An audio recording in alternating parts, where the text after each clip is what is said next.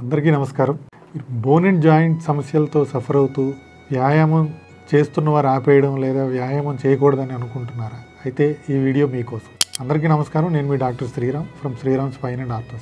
ఎప్పుడైనా మనకి bone and joint సమస్యలు ఉన్నప్పుడు వ్యాయామం చేస్తే ఎక్కువ అవుతాయని చాలామంది వ్యాయామం మానేయడం చేస్తూ ఉంటారు. వ్యాయామం లేదా ఎక్సర్సైజ్ మానేయడం చేస్తూ. అయితే ఈ ఎక్సర్సైజ్ మానేయడం అన్నది ఈ బోన్ అండ్ జాయింట్ హెల్త్ని ఇంప్రూవ్ చేయడం అన్నది చేయదు, కాకపోగా ఆ ప్రాబ్లం అన్నది మరింత ఎక్కువ అయ్యేలాగా చేస్తుంది. అది ఎలా అంటే, సరైన ఎక్సర్సైజ్ ప్రోగ్రామ్ చేయడం అన్నది బోన్ అండ్ జాయింట్ హెల్త్కి చాలా ఇంపార్టెంట్.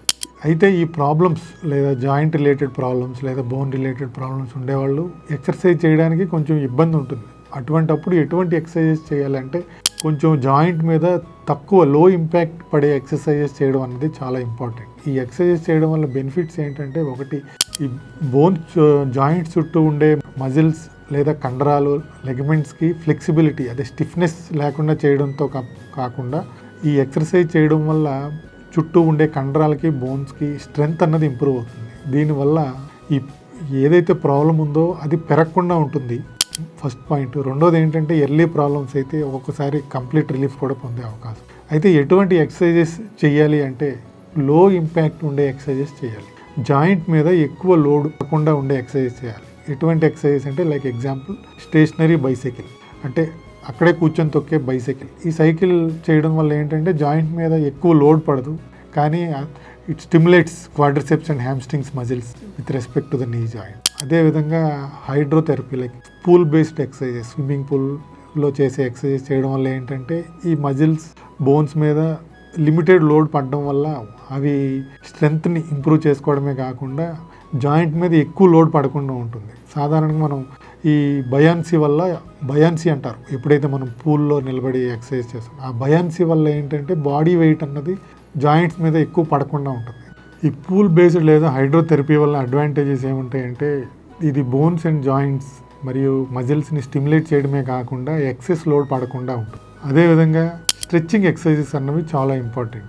ఈ స్ట్రెచ్చింగ్ ఎక్సర్సైజెస్ ఏంటంటే, ఈ జాయింట్స్ చుట్టూ ఉండే కండరాల లెంత్ని పెంచడం చేస్తూ ఉంటాయి ఈ స్ట్రెచ్చింగ్ ఎక్సర్సైజెస్. దీనివల్ల ఏంటంటే మజిల్ స్టిమ్యులేట్ అవ్వడం జరుగుతూ ఉంటుంది.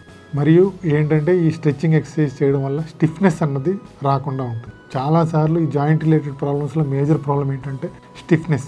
సో ఈ స్టిఫ్నెస్ అన్నది ఈ స్ట్రెచ్చింగ్ ఎక్సర్సైజ్ ద్వారా ప్రివెంట్ చేయొచ్చు.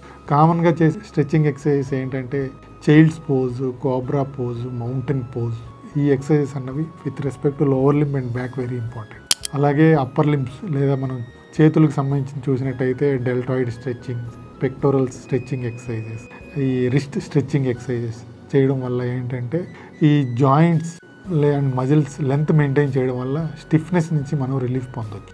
అదేవిధంగా డైటరీ మోడిఫికేషన్స్ అన్నవి మేజర్ ఇంపాక్ట్ చేస్తాయి. ఎటువంటి డైట్ తీసుకోవాలంటే, రిఫైన్డ్ కార్బోహైడ్రేట్స్, జంక్ ఫుడ్, అదేవిధంగా saturated fats like red meat ఇలాంటివన్నీ అవాయిడ్ చేయాలి. వీటిల్లో ఏంటంటే కొంచెం ఇన్ఫ్లమేషన్ పెంచే తత్వం ఉంటుంది. దానివల్ల ఏంటంటే జాయింట్ పెయిన్స్ కొంతమందిలో ఎక్కువయ్యే అవకాశం ఉంటుంది. దాంతోపాటుగా వీటి వల్ల ఏంటంటే శరీరం బరువు పెరిగే విధంగా ఉంటుంది. వెయిట్ పెరిగిపోవడం వల్ల ఏంటంటే 1 కిలో పెరిగినా కూడా జాయింట్ మీద పడే ఒత్తిడి 3 ఇంతలు పెరుగుతూ ఉంటుంది. సో ఇటువంటి ఫుడ్కి దూరంగా ఉంటూ ఫ్రెష్ ఫుడ్ తీసుకోవడం, లైక్ ఫ్రూట్స్, అదేవిధంగా రిఫైన్డ్ కార్బోహైడ్రేట్స్కి దూరంగా ఉండడం చేయడం వల్ల ఈ బాడీ వెయిట్ అనేది పెరగకుండా చూసుకోవడం వల్ల జాయింట్ రిలేటెడ్ ప్రాబ్లమ్స్ అనేవి పెరగకుండా మనం జాగ్రత్తలు తీసుకోవచ్చు.